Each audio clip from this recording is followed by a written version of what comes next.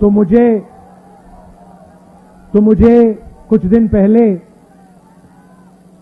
ED office में बुलाया गया। अच्छा भैया शांत हो जाएं। कुछ दिन पहले मुझे ईडी ऑफिस में बुलाया गया। छोटा सा कमरा था, 12 फुट बाय 12 फुट मान लो। बीच में मेज थी, कंप्यूटर था, 3 ईडी के ऑफिसर बैठे थे, एक बाहर खड़ा था और मैं उनके साथ कमरे में बैठा।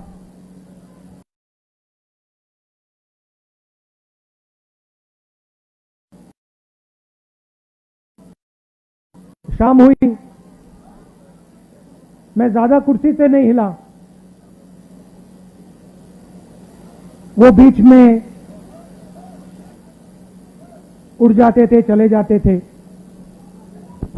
उनके जो सीनियर ऑफिसर थे उनको इंस्ट्रक्शन की भी जरूरत थी, तो वो निकलते रहते थे, आते थे।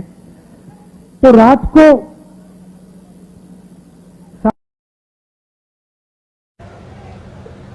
राहुल जी, एक बात आप हमें बताइए, आप यहां बैठे हैं, आप कुर्सी से उठते नहीं हैं, आप सीधे बैठे रहते हैं और 11 घंटे हो रहे हैं, 11:30 घंटे हो रहे हैं, आप बिल्कुल थके ही नहीं हो। हम थक गए हैं मगर आप नहीं थके।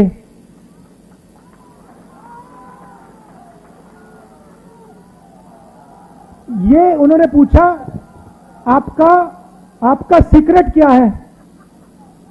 मैंने सोचा और मैंने कहा कि इनको सच्ची बात नहीं कहता हूं, दूसरी बात कह देता हूं, दूसरा कारण कह देता हूं, मगर मेन बात नहीं कहता हूं। मैंने कहा कि मैं विपासना करता हूं, उसमें बैठना पड़ता है, तो आदत लग गई है, मुझे कोई प्रॉब्लम नहीं, 6, 7, 8, 10 घंटे बैठा दो, मुझे कोई फर्क नहीं पड़ता। तो फिर उन्होंने मुझे पूछा, विपासना के बारे में पूछा, मगर सच बात तो मैंने उनको नहीं बताई। आप जानते हो सच बात क्या है? सच बात यह है कि उस कमरे में राहुल गांधी अकेला नहीं बैठा था। उस कमरे में राहुल गांधी के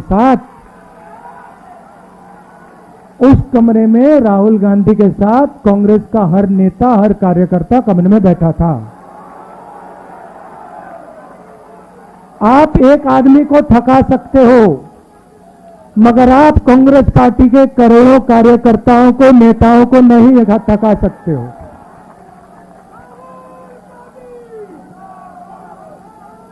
और सिर्फ कांग्रेस पार्टी के नेता, कार्यकर्ता उस कमरे में नहीं थे। उस कमरे में इस सरकार के खिलाफ जो भी बिना डरे लड़ता है वो बैठा था।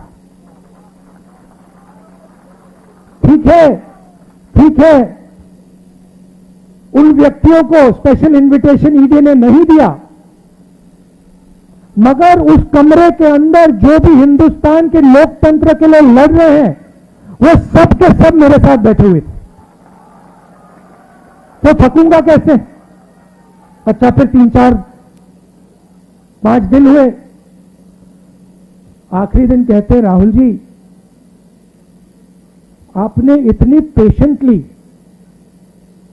सवाल के जवाब दिए, हर सवाल को आपने सुना, आपने जवाब दिया, फिर आपने चेक किया, तो इतनी पेशेंस आप में से आपको कहां से मिल गई? मैंने कहा भैया ये तो मैं आपको नहीं बता सकता। वो पहले आपने थकान की बात पूछी, मैंने विपासना बोल दिया, मैं पेशेंस का नहीं कह सकता आपको। आप जानते हो पेशेंस कहां से आई?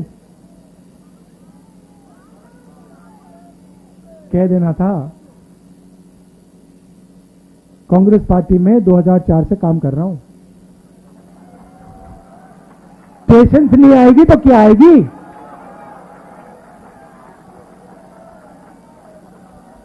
इस बात को कांग्रेस पार्टी का हर नेता समझता है। देखो बैठे हुए हैं, सचिन पायलट जी बैठे हुए हैं, सब बैठे हुए हैं, मैं बैठा हूं। तो ये जो हमारी पार्टी है, संगठन है, सिद्धरमैया जी भी बैठे हुए हैं, रणदीप, सब बैठे हुए हैं, पेशेंटली बैठे हुए हैं, प्यार से बैठे हुए हैं। तो ये जो हमारी पार्टी है, ये हमें थकने नहीं देती है और ये हमें रोज पेशेंस सिखाती है और इसी से हमें स्ट्रेंथ आती है, इसी से हम लड़ते हैं। उधर पेशेंस की कोई जरूरत नहीं, उधर बस हाथ जोड़ दो, मत्था टेक दो, सच्चाई मत बोलो, काम हो जाएगा। तो सबसे पहले मैं आपका धन्यवाद करना चाहता हूं कि आपको लगा होगा कि राहुल गांधी 5 दिन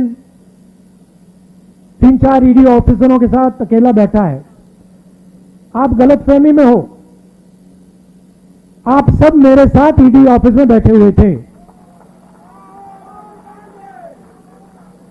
और आपने अपनी शक्ति मुझे दी, इसीलिए ईडी शीडी कुछ नहीं, कुछ फर्क नहीं पड़ता।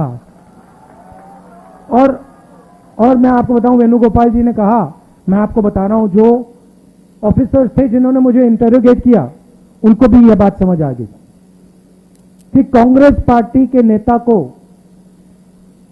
डराया नहीं जा सकता है, कांग्रेस पार्टी के नेता को दबाया नहीं जा सकता है, धमकाया नहीं जा सकता है, क्योंकि कांग्रेस पार्टी सच्चाई के लिए लड़ती है। सच्चाई में पेशेंस की कोई कमी नहीं होती, सच्चाई कभी थकती नहीं है। झूठ जरूर थक जाएगा, मगर सच्चाई कभी नहीं थकती, सच्चाई में पेशेंस की कोई कमी नहीं हो सकती। तो मैं आपको दिल से धन्यवाद करना चाहता हूं। मगर मेरा जो मामला है, ये छोटा सा मामला है, मैं आपको बताऊं तो ये जरूरी भी नहीं है। आज सबसे जरूरी बात हिंदुस्तान में रोजगार की है।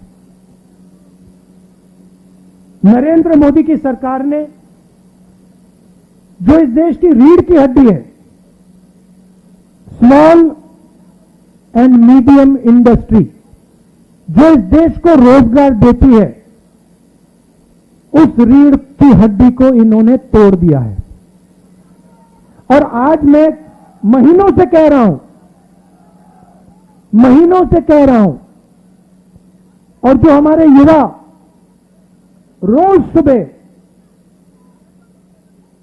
हर रोज सुबह दौड़ते हैं, आर्मी में, नेवी में, एयरफोर्स में, फोर्सेस में भर्ती होने के लिए दौड़ते हैं, उनसे मैं कह रहा हूं कि हिंदुस्तान के प्रधानमंत्री ने इस देश की रीढ़ की हड्डी को तोड़ दिया है और यह देश अपने युवाओं को अब रोजगार नहीं दे पाएगा। चाहे सरकार कुछ भी कर ले, यह देश अपने रोजगार नहीं दे पाएगा। 2-3 बड़े उद्योग नरेंद्र मोदी जी ने देश पकड़ा दिया है। ये 2-3 उद्योगपति देश को रोजगार नहीं दिलवा सकते हैं। और अब जो आखिरी रास्ता था, युवाओं के लिए जो आखिरी रास्ता था देशभक्ति का, आर्मी का, फोर्सेस का, उस रास्ते को इन लोगों ने बंद कर दिया है।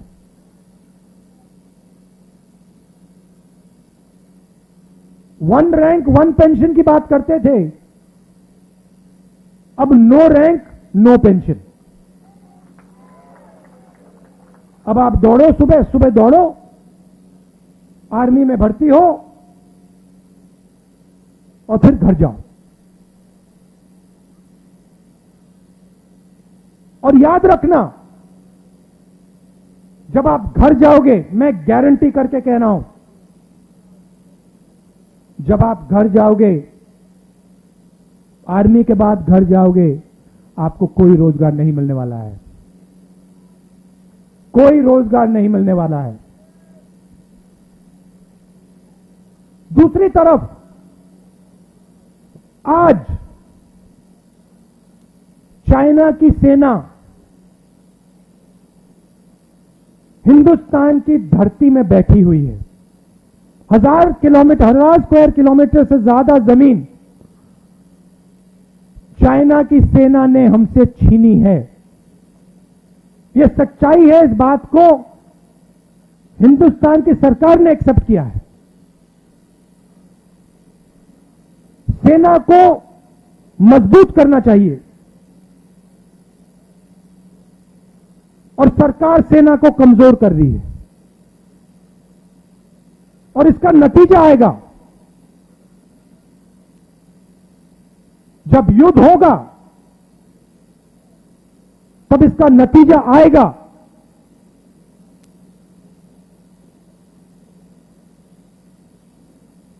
और मैं, याद रखिए जो बात बोल रहा हूं, जब युद्ध आएगा, हमारी जो आर्मी है उसको कमजोर कर रहे हैं ये लोग। देश का नुकसान होगा, और ये लोग अपने आप को नेशनलिस्ट कहते हैं। तो ईडी का मामला छोटा सा मामला है, उसको छोड़िए। सबसे जरूरी मामला, सबसे जरूरी बात, ये जो हमारे युवा हैं, जो हर रोज, ये देशभक्ति के एक चिन्ह है, हर प्रदेश में ये सुबह 4 बजे दौड़ते हैं, इनके भविष्य की रक्षा करना हमारा काम है, हमारा फर्ज, ये हमें करना है। और हमने कहा है, देखिए, किसानों के बारे में मैंने कहा था, मोदी जी को ये बिल वापस लेने पड़ेंगे, कहा था ना मैंने, लिया ना वापस। अब कांग्रेस पार्टी कह रही है नरेंद्र मोदी जी को ये जो नया अग्निपथ का स्कीम है इसको वापस लेना पड़ेगा। और हिंदुस्तान का हर युवा हमारे साथ इस काम में खड़ा मिलेगा, क्योंकि हिंदुस्तान का युवा जानता है कि सच्ची देशभक्ति सेना को मजबूत करने की होती है, सेना को कमजोर करने की नहीं होती है। आपने मुझे इतनी शक्ति दी, मैंने बोला आपको कि पिछले 5 दिन आप सब मेरे साथ ईडी में बैठे थे, सबके सब, हर एक कार्यकर्ता, हर एक नेता, सबके साथ आप मेरे साथ बैठे हुए थे। आपने मेरी मदद की, आपने मुझे अपना प्यार दिया, इसके लिए मैं आपको दिल से धन्यवाद करना चाहता हूं। और एक साथ मिलकर ये जो नया धोखा किया है नरेंद्र मोदी जी ने सेना के साथ, देश के साथ, इसको हम रद्द करवाएंगे। आप सबका फिर से बहुत बहुत धन्यवाद। नमस्कार।